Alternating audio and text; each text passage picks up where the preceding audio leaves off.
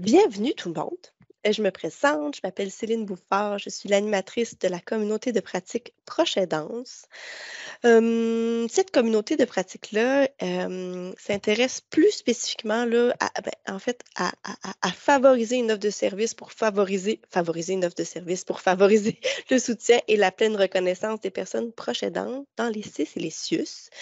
Euh, Tous les contenus sont ouverts à tous, donc vraiment, là, je vous invite à propager la bonne nouvelle. Vous aurez le lien là, dans le fil de clavardage. Aujourd'hui, ben, le webinaire qu'on a la chance en fait de vous présenter, parce que je suis bien énervée, c'est en collaboration avec l'Observatoire québécois de la prochaine danse. Donc, c'est pour ça qu'on vous posait quelques questions. Et c'est pour ça que je suis en compagnie d'Alexis Pearson. Comment est-ce qu'on prononce ton nom de famille? Pearson, c'est très bon. Pearson, OK, je suis bonne. Ouais. Qui est chargé de projet pour le pôle mobilisation et transfert de connaissances et le pôle concertation.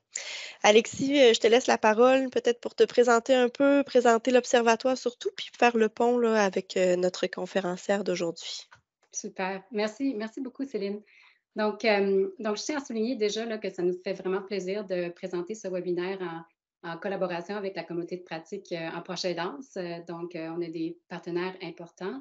Je me permets aussi, c'est ça, de dire quelques mots sur l'Observatoire, vu que j'ai vu qu'il y a beaucoup de gens là, peut-être qui ne connaissent pas vraiment l'Observatoire, peut-être que vous en avez entendu parler ou non, mais vous devez certainement vous poser des questions.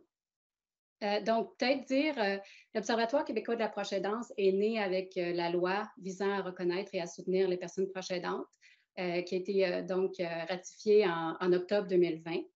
Notre mission, c'est de rassembler, produire et de diffuser de l'information fiable et objective en proche aidance pour un peu tout le monde qui est concerné par la proche aidance, que ce soit en fait les décideurs, les décideuses, les personnes proches aidantes elles-mêmes, tous les professionnels et les gestionnaires du réseau de la santé et des services sociaux, tous les gens là, du réseau santé et services sociaux, les intervenants et les coordonnateurs, les gens des secteurs communautaires et non gouvernementaux, puis aussi les membres de la communauté scientifique. Donc, on a quand même un grand mandat de rassembler, de diffuser, de produire des informations sur lesquelles vous allez pouvoir vous fier là, pour alimenter vos pratiques. Là, j'en dirai pas plus aujourd'hui parce que vous allez avoir la chance, en fait, de découvrir davantage avec le nouveau site Web qu'on va lancer la semaine prochaine. Ça, c'est vraiment une grande nouvelle pour nous. On est très, très heureux. Ça fait longtemps, en fait, qu'on veut le faire. Puis, il y a plusieurs personnes aussi qui ont collaboré là, pour nous aider à le rendre accessible, convivial, c'est ça, et puis pertinent, évidemment. Donc, on va vous mettre là, le lien de l'infolettre de l'Observatoire dans le clavardage. Je vous invite à vous abonner parce que, étant donné que le site Web n'est pas encore en ligne, vous allez pouvoir être informé dès qu'il est en ligne, c'est ça, la semaine prochaine.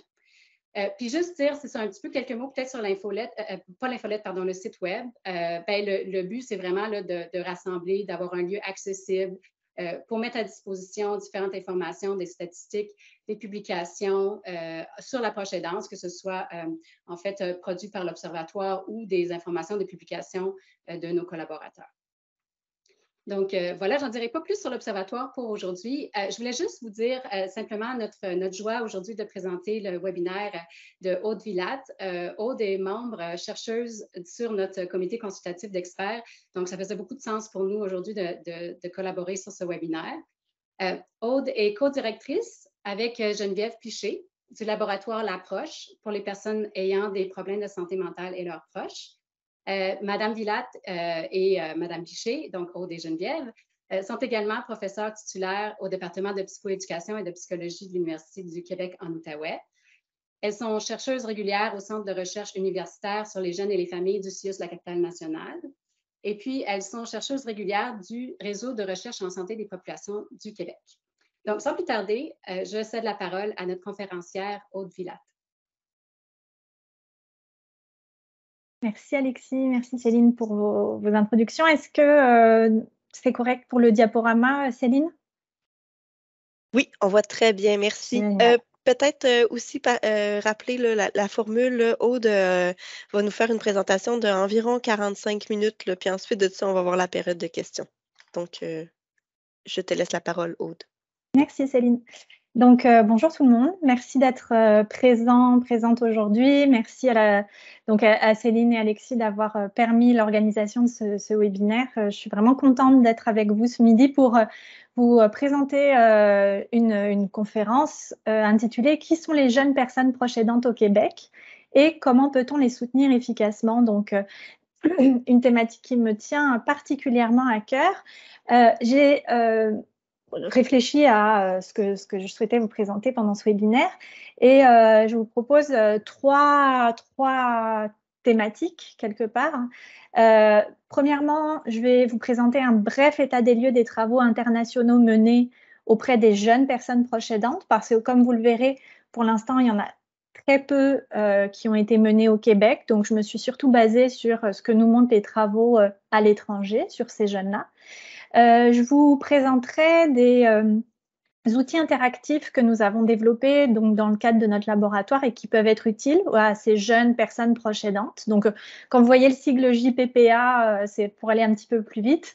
Pour finir, je vous parlerai d'une étude que l'on mène actuellement pour mieux comprendre au Québec, justement, puisque je vous disais qu'on manquait de données au Québec, mieux comprendre combien il y a de jeunes, donc d'élèves, d'étudiants qui jouent un rôle de proche aidant et quels sont leurs besoins et comment on peut les soutenir davantage. Donc, en gros, voilà les trois temps de la présentation. Donc, premièrement, qu'est-ce qu'on sait à propos de ces jeunes personnes proches aidantes?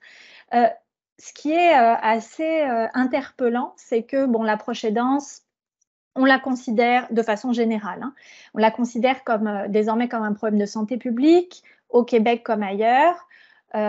Céline parlait de la politique qui a été mise en place, ou Alexis, pardon, je ne sais plus laquelle des deux parlait de cette politique, mais qui témoigne bien du fait que on reconnaît aujourd'hui le nombre important de personnes proches aidantes. On reconnaît aussi les impacts que peuvent vivre ces personnes-là du fait de leur responsabilité de proche aidant. Donc, on a à cœur dans la plupart des pays du monde, et notamment au Québec, de soutenir ces personnes-là et de veiller à leur bien-être. Sauf que dans cette politique, au Québec et de façon générale à l'international, la situation, puis les besoins, le profil des jeunes personnes proches aidantes sont beaucoup moins étudiés que ce qu'on connaît des adultes proches aidants et sont moins considérés dans les politiques, dans les programmes de soutien. Ce qu'on voit, c'est que notamment dans la politique actuelle au Québec, les jeunes personnes proches aidantes sont relativement peu mentionnées, mais elles le sont, ce qui est quand même une avancée déjà tout à fait notable. Je vous parlerai justement de la façon dont on a été mandaté dans le cadre du plan d'action qui est afférent à cette politique pour justement mieux les connaître, mieux les comprendre. Ce que l'on sait pourtant, c'est que ce sont des jeunes qui sont nombreux et qui ont des besoins particuliers. Je vous ai mis ici une proposition de définition qui a été proposée par le regroupement des aidants naturels du Québec, donc le RANQ, qui est actuellement, que l'on appelle maintenant Proche Aidance Québec. Je veux juste vous interpeller, vous sensibiliser, au fait qu'il y a beaucoup de termes différents utilisés pour désigner ces jeunes personnes proches aidantes et les définitions sont également très variées. Ici, donc, la proposition du RANQ pour définir les jeunes personnes proches aidantes, ce sont des personnes de moins de 25 ans qui assurent des soins, des services ou de l'accompagnement à une personne de leur entourage ayant une ou des incapacités physiques, mentales, intellectuelles ou sensorielles, temporaires ou permanentes. Ils ou elles peuvent prendre soin d'un parent, d'un grand-parent, d'un frère ou d'une sœur, voire d'un membre plus éloigné de la famille, d'un ami ou d'une amie, ou alors compenser auprès du reste de la famille l'indisponibilité du parent qui assure le rôle de proche aidant. Donc, c'est une définition qui est relativement inclusive, qui paraît tout à fait intéressante.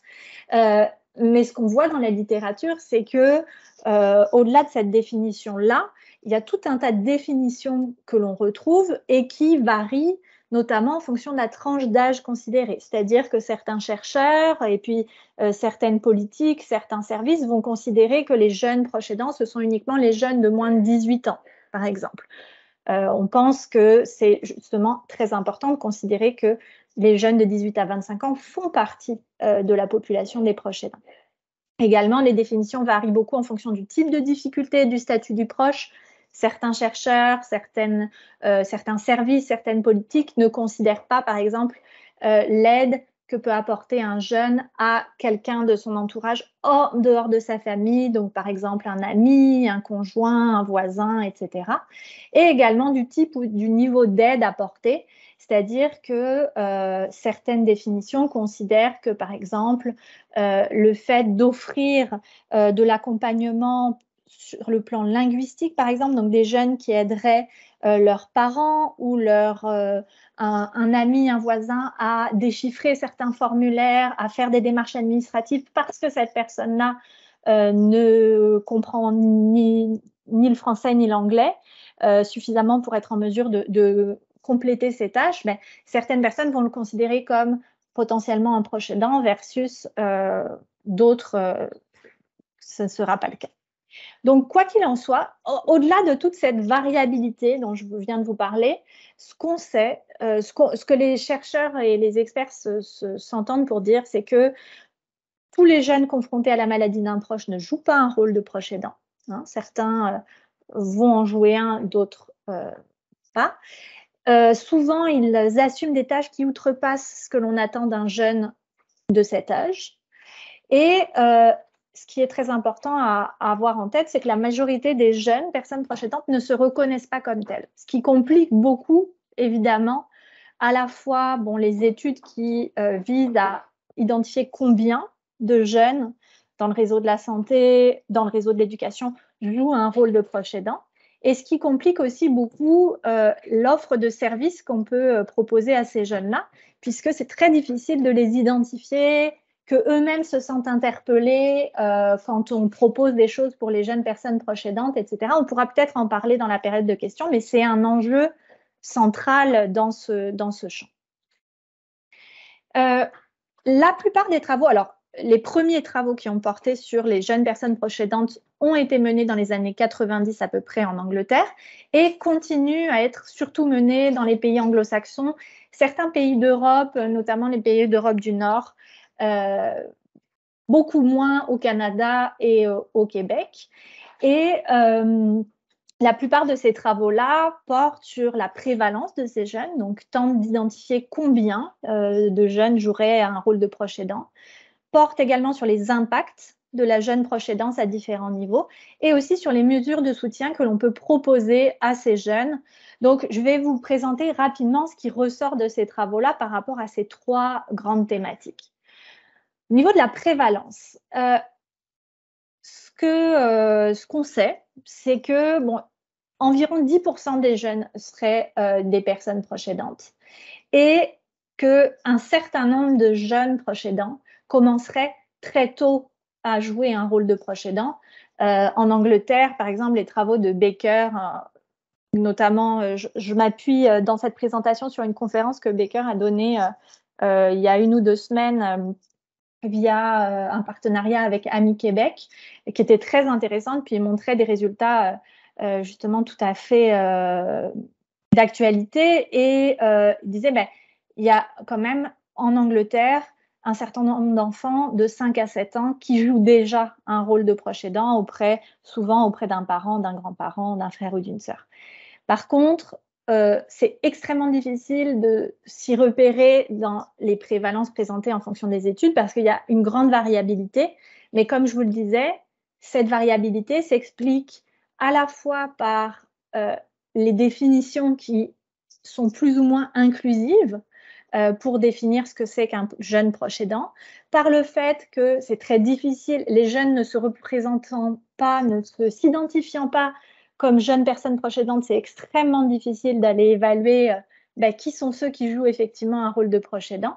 Et parce que un certain nombre d'études ont été menée avec des échantillons un peu biaisés, entre guillemets, sachant qu'elle passait par des associations qui regroupaient des jeunes personnes proches aidantes, et ce qui fait en sorte probablement qu'elles sont passées à côté d'un certain nombre de jeunes qui échappaient à ces associations, notamment parce qu'ils ne se reconnaissaient pas comme tels. Donc, un grand défi que d'identifier combien de jeunes exactement jouent ce rôle-là, mais ce qui est certain, c'est qu'il y en a un certain nombre et souvent déjà relativement jeunes.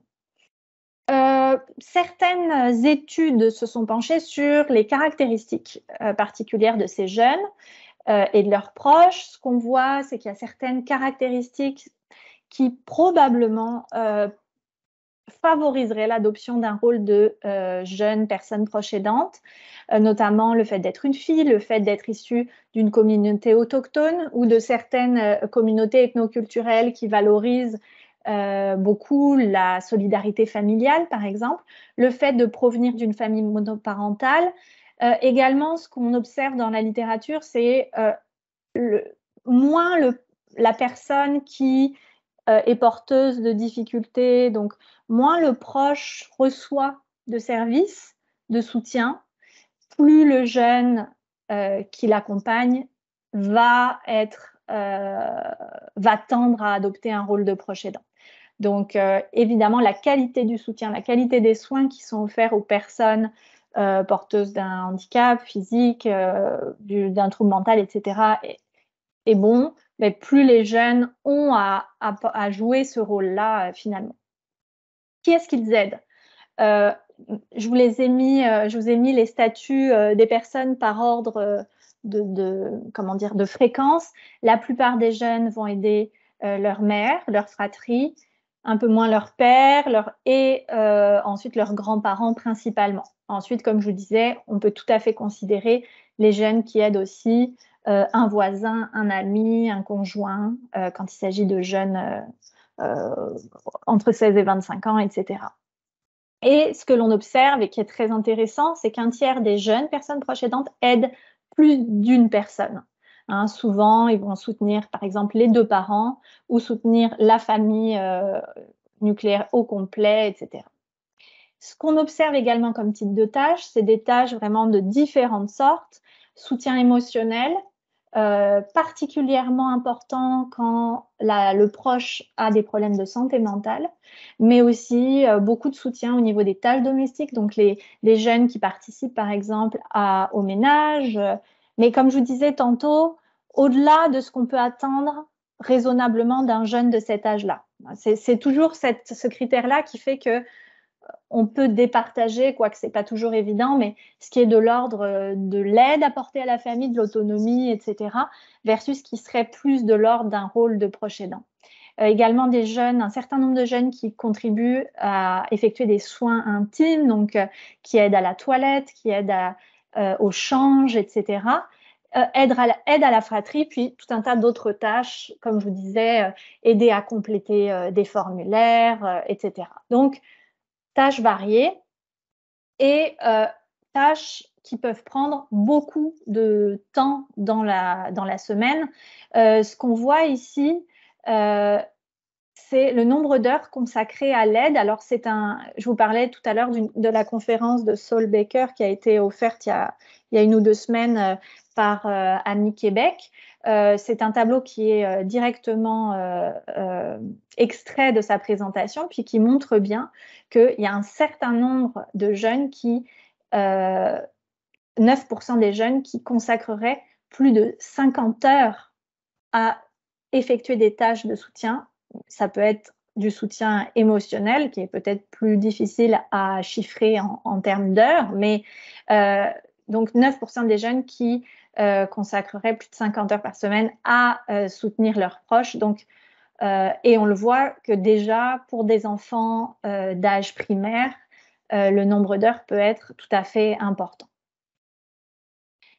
Au niveau des répercussions, comme je vous disais, donc c'est aussi quelque chose qui a été pas mal étudié dans les travaux à l'étranger notamment.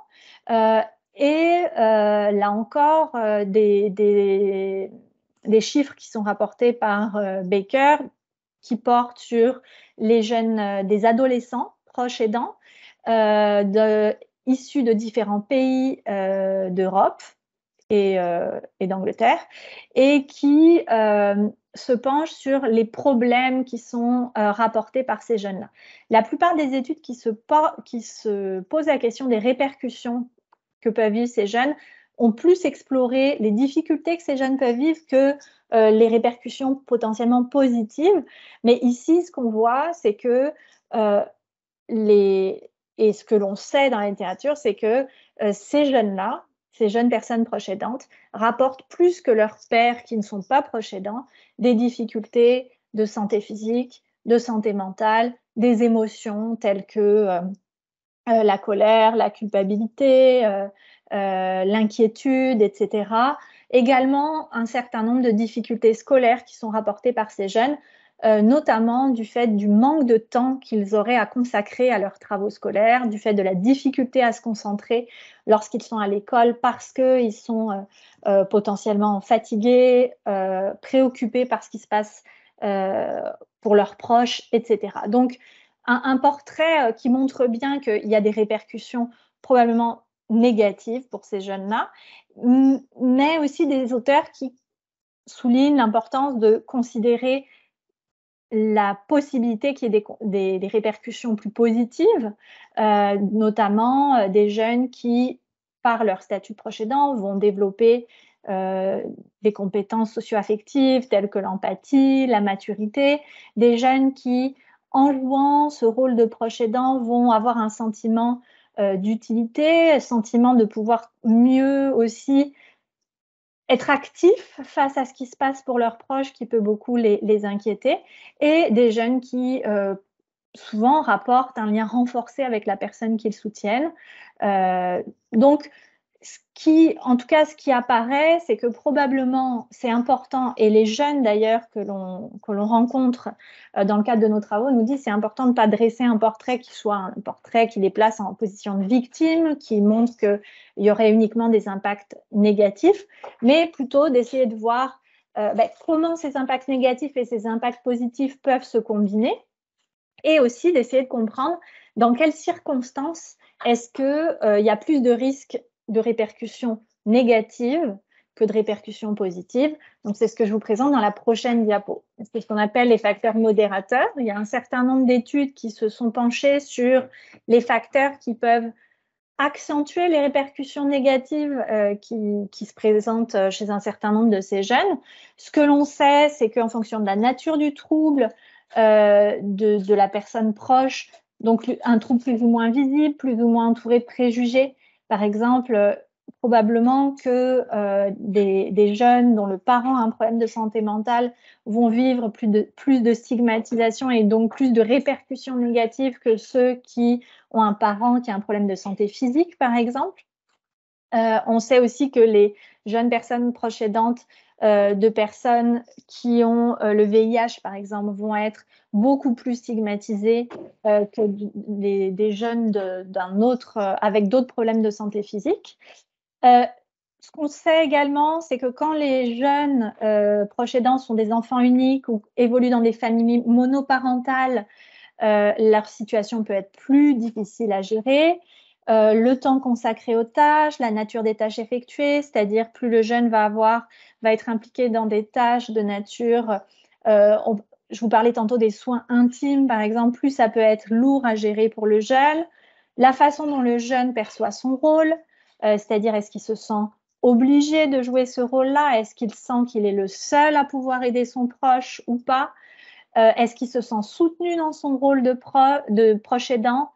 Et puis, quel âge il a aussi, hein. Et on a mené des travaux qui montrent que, par exemple, au moment de la transition vers l'âge adulte, il y a un certain nombre de défis qui se posent pour ces jeunes-là, qui peuvent les rendre particulièrement vulnérables, notamment le moment où va se poser la question de partir de chez les parents. Quand le jeune, par exemple, apporte de l'aide à son parent, ça peut être un moment particulièrement anxiogène et culpabilisant pour le jeune.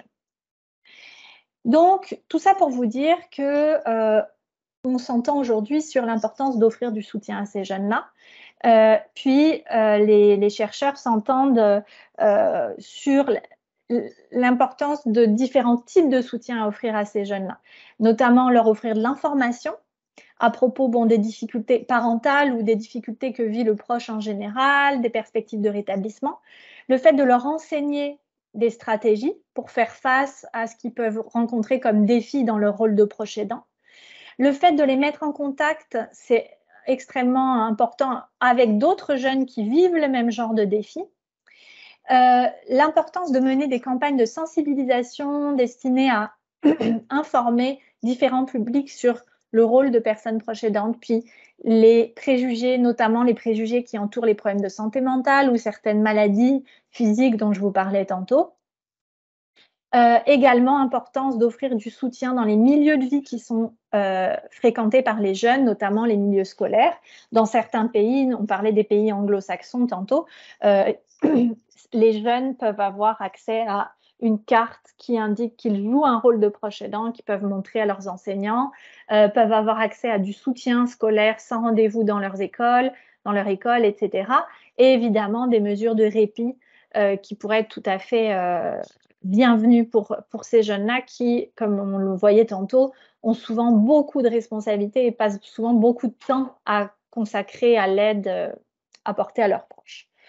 Ce que l'on sait aussi, c'est que quand on propose du soutien adapté à ces jeunes-là, mais ça semble être extrêmement efficace pour réduire les difficultés dont je vous parlais tantôt, donc difficultés que ces jeunes peuvent eux-mêmes rencontrer au niveau de leur santé mentale, santé physique, de leurs difficultés scolaires, etc. Malheureusement, c'est comme je vous le disais aussi au début du webinaire, ces mesures de soutien sont encore assez peu développées au Canada et surtout au Québec. Et on connaît très peu ce que les jeunes pensent des quelques mesures qui sont proposées. Donc, il y a assez peu d'études d'évaluation sur l'efficacité de ce qui leur est offert. Donc, je vous présente, pour faire suite justement à ce constat-là, quelques outils que l'on a développés et qui, à la base, on les a développés pour des jeunes qui ont un parent qui a un problème de santé mentale, mais un certain nombre de ces outils-là pourraient être tout à fait pertinents pour des jeunes personnes proches aidantes, quel que soit le type de trouble et la personne qu'ils soutiennent. Pour vous donner un aperçu très rapide, d'où viennent les outils que je vais vous présenter? Ils sont issus d'un projet qui était à la base financé par le CRSH et le CRUGEF, qui, comme je le disais, portait plus sur des jeunes ayant un parent atteint d'un trouble mental. Et c'est un projet que l'on a mené en collaboration avec le réseau Avant de craquer. Et surtout, ce que je tiens à souligner, c'est un projet que l'on a mené avec des jeunes qui ont été impliqués à toutes les étapes du développement du projet. Donc, des jeunes qui nous ont aidés à développer les outils, etc. Et à l'issue de ce projet-là, ce à quoi on est arrivé, c'est au développement d'un site web de littératie et de soutien à l'autogestion, donc destiné aux jeunes de 12 à 25 ans ayant un parent atteint d'un trouble mental. Mais comme je vous le disais, parmi les informations et les outils présentés dans ce site, vous verrez qu'il y en a un certain nombre qui pourraient être utiles aux jeunes personnes proches aidantes en général. Ici, je vous ai mis puis je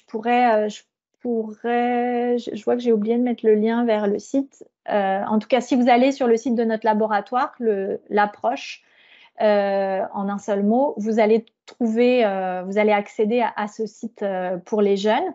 Et je vous ai mis le code QR aussi si vous voulez scanner pour accéder au site.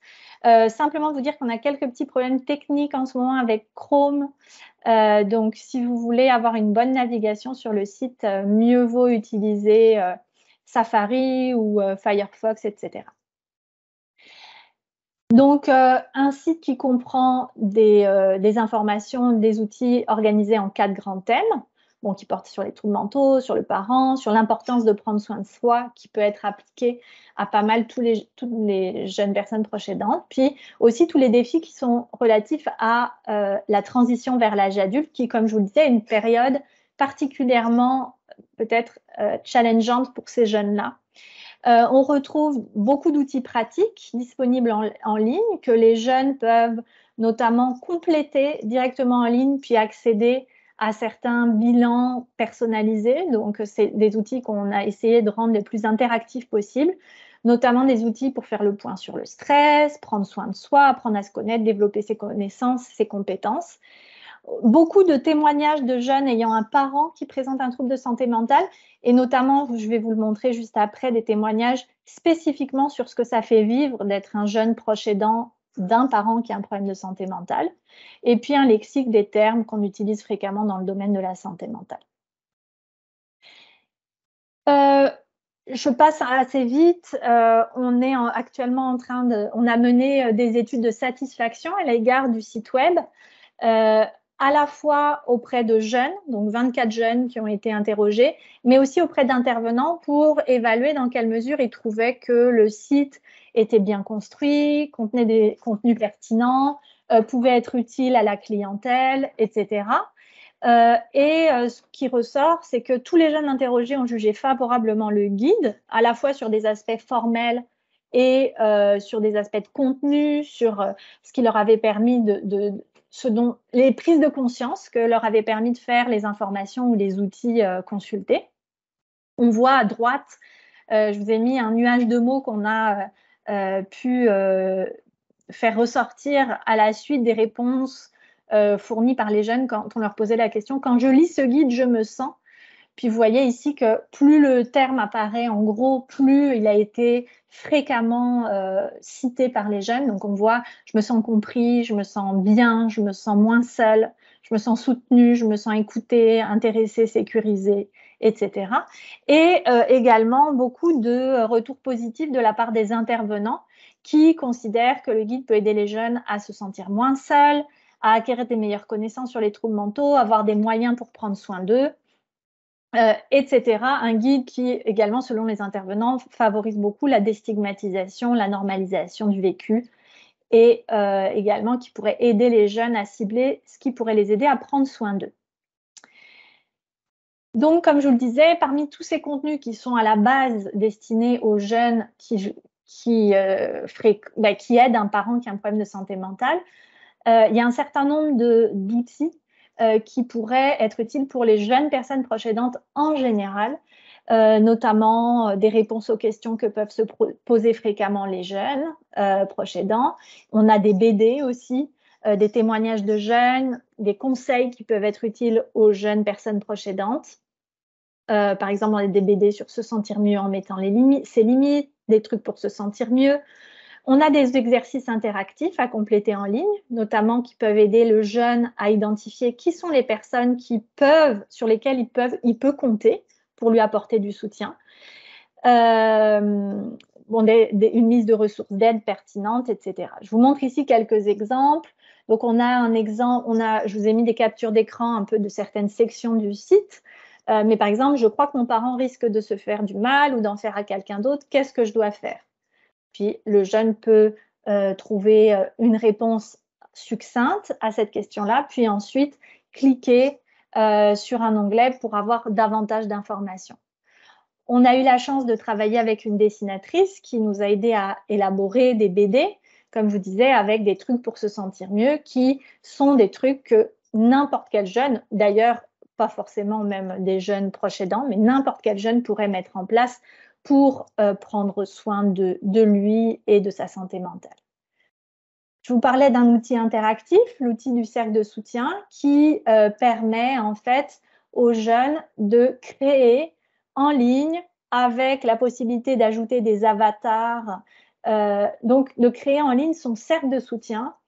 Le jeune est invité à disposer sur ce cercle-là, puis il peut ensuite modifier la position des personnes qui font partie de son cercle de soutien.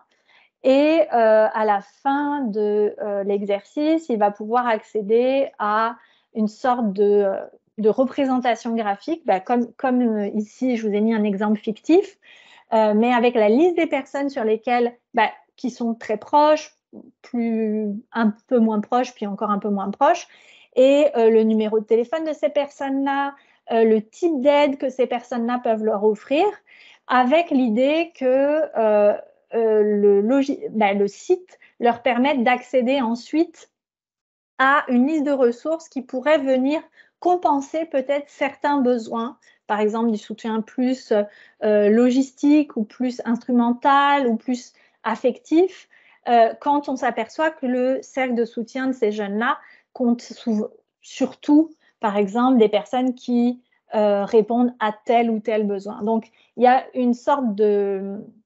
c'est ça. Ce qu'on a voulu, c'est que ça soit le plus interactif possible pour que les jeunes puissent en ressortir avec à la fois un portrait des personnes qui peuvent être soutenantes, des ressources additionnelles pour compléter leur cercle de soutien et aussi une liste de personnes à contacter en cas d'urgence qu'ils peuvent ensuite conserver sur eux au besoin.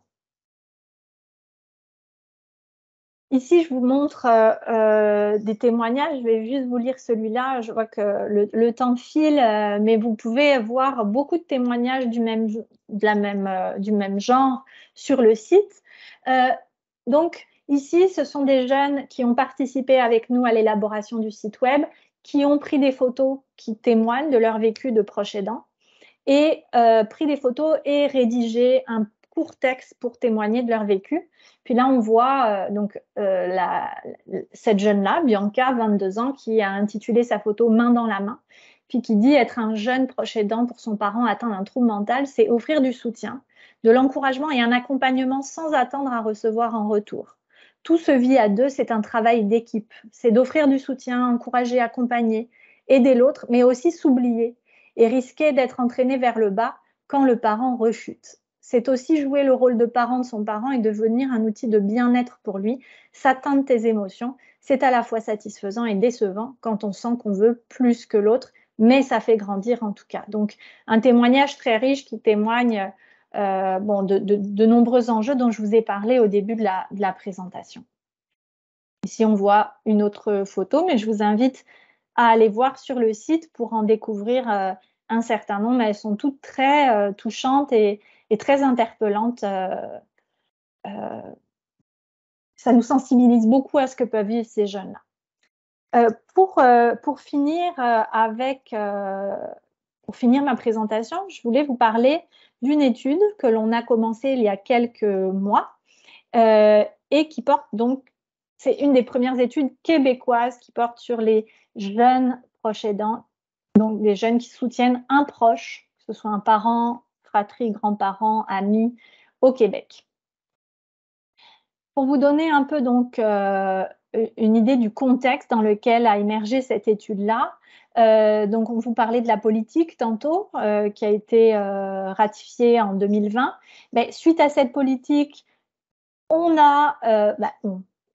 a été mis en place un plan d'action gouvernemental pour les personnes proches aidantes, donc 2021-2026. Et dans le cadre de ce plan d'action, on retrouvait deux mesures, donc mesures 51 et 52 pour ceux qui connaissent le plan d'action, qui visaient à documenter la prévalence, les caractéristiques, les besoins des personnes proches aidantes qui fréquentent un établissement d'enseignement au Québec, qu'elles soient jeunes ou adultes, pour ensuite sensibiliser les établissements du réseau de l'éducation à leur réalité et à leurs besoins.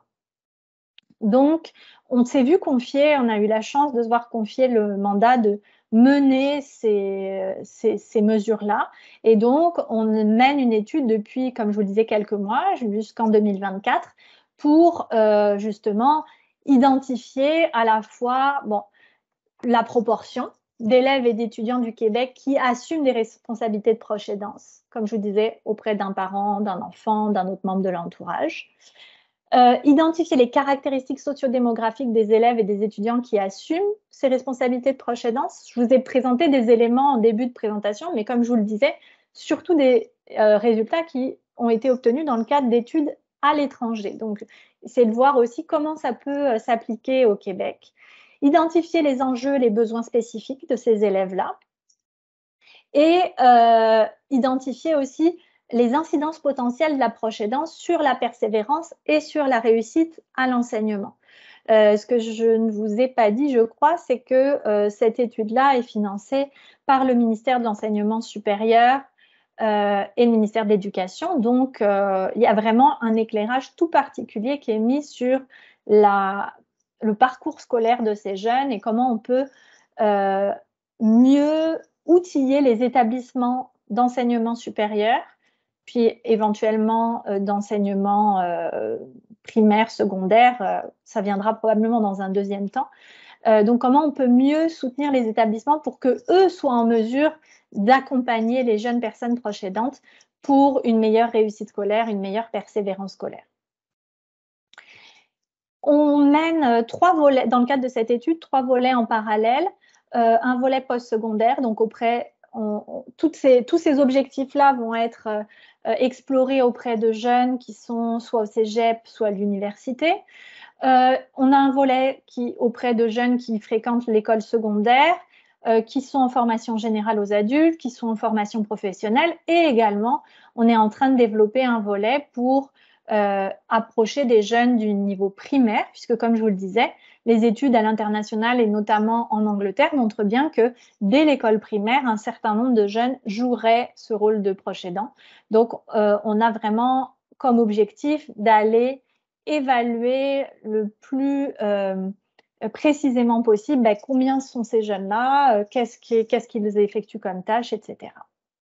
Pour chacun de ces volets-là, en tout cas, non, pas pour chacun, mais pour le volet postsecondaire et pour le volet secondaire FGA, FP, on a comme objectif d'aller interroger 3000 jeunes en tout, pour chacun des 2 premiers volets, pour être en mesure d'identifier suffisamment, parmi ces 3000 jeunes, suffisamment de jeunes personnes proches aidantes pour répondre à nos questions de recherche. Le volet primaire sera fait de façon un petit peu plus exploratoire avec un échantillon un petit peu plus restreint probablement. Pour les volets secondaires, formation générale aux adultes, formation professionnelle et le volet postsecondaire, on a développé un questionnaire en ligne qui va aborder un certain nombre de variables, donc notamment l'adaptation scolaire de ces jeunes, leur rôle de proche aidant, santé physique, santé mentale, soutien social, etc. Comme je vous le disais, 3000 élèves par volet, donc 3000 pour le volet secondaire FGA-FP, 3000 pour le volet postsecondaire. Et on a choisi 3 régions contrastées en termes de facilité d'accès aux services, en termes de caractéristiques sociodémographiques de la population, etc. Le volet primaire, on est en train de travailler à l'élaboration d'un questionnaire illustré par la même dessinatrice que celle qui nous a aidé à développer les BD que je vous présentais tout à l'heure, avec l'idée que ce soit un questionnaire qui soit le plus ludique possible et le plus concret possible pour nous aider à identifier si des enfants jeunes vivent une situation de proche aidance. Une fois le questionnaire développé, on le testera auprès d'enfants de 10 à 12 ans pour répondre à nos objectifs de recherche. Au niveau du calendrier du projet, Céline, j'espère que je suis encore dans les temps. Calendrier du projet, donc c'est une étude qui porte sur, comme je vous l'ai dit, sur 2 ans. On est actuellement en train de finaliser notre devis de recherche, en train de développer des contacts avec les milieux scolaires, des partenaires sur le terrain, des associations qui vont nous aider à mener la recherche. 5 minutes. OK. Qui vont nous aider à mener la recherche, une équipe aussi en France qui travaille sur les jeunes personnes proches aidantes. Donc, vraiment en train de développer tout ce réseau-là qui va nous aider à mener une recherche de qualité. Et on vient d'obtenir l'accord éthique pour débuter la collecte de données dès que les partenariats seront bien établis. La collecte de données va débuter cet hiver dans les différentes régions. Durant le printemps, on va analyser les données et ensuite, l'année suivante va plus porter sur la diffusion des résultats et sur le développement d'un guide, comme je vous le disais, qui va être fourni aux établissements scolaires pour qu'ils soient plus en mesure d'accueillir et de répondre aux besoins des jeunes personnes proches aidantes, puis de tenir compte de leur réalité, notamment peut-être en termes d'aménagement qui pourrait leur être proposé sur le plan de la remise des examens, etc. Donc, bref, on pourra en reparler si vous avez des questions. Je vous ai mis ici le lien vers la page promotionnelle de l'étude si vous voulez aller voir un petit peu en quoi l'étude consiste de façon un peu plus précise. Si vous êtes intéressé à nous soutenir dans aussi le recrutement des futures écoles, des futurs cégeps, universités, n'hésitez pas à m'écrire, ça nous fera très plaisir. Plus on a de partenaires, mieux c'est. C'est ça, donc on est vraiment à la recherche de toutes les personnes qui souhaiteraient nous soutenir et puis évidemment avec la possibilité que vous soyez impliqués dans le projet, impliqués ensuite dans la diffusion des résultats, etc. Ce qu'on offre comme avantage, comme bénéfice, pour les personnes qui souhaiteraient collaborer au projet, c'est évidemment d'avoir le sentiment de contribuer à l'amélioration des connaissances, puisque comme je vous l'ai dit, on manque encore de connaissances sur les jeunes personnes proches aidantes. Ce qu'on offre aussi comme en guise de remerciement, c'est des activités de diffusion personnalisées. Donc, si par exemple un établissement nous aide à recueillir par exemple des données auprès de leurs élèves ou leurs étudiants, on peut offrir une conférence gratuite, un webinaire gratuit évidemment, des feuillets de résultats, des outils. Par exemple, on pourrait imprimer les outils que je vous ai présentés tantôt, donc pour que l'établissement ait accès à des bandes dessinées qu'il puisse ensuite distribuer auprès de ses élèves, auprès des enseignants. Donc, bref, on est évidemment ouvert à voir quels sont les outils qui pourraient être pertinents pour chacun des milieux qui vont nous aider. Et également, ce qu'on s'engage à faire, c'est à fournir des résultats personnalisés. Donc, pour chaque établissement, par exemple, ou chaque milieu qui nous permettrait d'avoir accès à des jeunes, on peut isoler des résultats qui portent particulièrement sur l'établissement en question. Donc, par exemple, de dire, dans votre établissement, il y aurait tant de jeunes qui joueraient un rôle de proche aidant. Voilà ce que les jeunes ont souligné comme besoin en termes de soutien, etc. Donc, ça peut aussi amener certains milieux qui seraient vraiment désireux de creuser un peu cette question-là de l'accompagnement qu'on peut offrir aux jeunes personnes proches aidantes, mais d'adopter ensuite des solutions qui soient basées sur des données scientifiques. Donc, mot de la fin. Je suis pile dans les temps, Céline. Les enjeux et besoins donc, des jeunes personnes proches aidantes sont de plus en plus considérés, heureusement. Il y a des projets en cours qui sont prometteurs pour mieux accompagner ces jeunes. Puis, il reste que ça va être toujours important d'évaluer dans quelle mesure, justement, le soutien qui est offert à ces jeunes-là est efficace avec des études, notamment avec des essais contrôlés randomisés. Je vous ai mis une petite liste de références si vous êtes intéressé à aller voir un peu plus de contenu là-dessus. Puis, je vous mets aussi l'adresse courriel de notre laboratoire. Comme je vous disais, n'hésitez pas à nous écrire, on sera très heureux de vous lire. Et voilà, pour quoi que ce soit, des informations, des envies de collaboration, etc. Donc, merci beaucoup de votre attention. Puis, je pense qu'on peut passer à la période de questions. Merci mille fois, Aude, vraiment pour cette présentation. C'est très généreux. Je ne sais pas, Alexis, si tu avais un mot de la fin. Tout simplement un grand merci, Aude. Effectivement, c'était très, très intéressant. Merci aussi, Céline, pour l'animation, l'organisation. Et au plaisir. Oui, et démythifions la prochaine danse pour les jeunes personnes proches aidantes. Merci à vous deux, merci à tout le monde. Bonne journée. Merci, bonne journée à vous tous.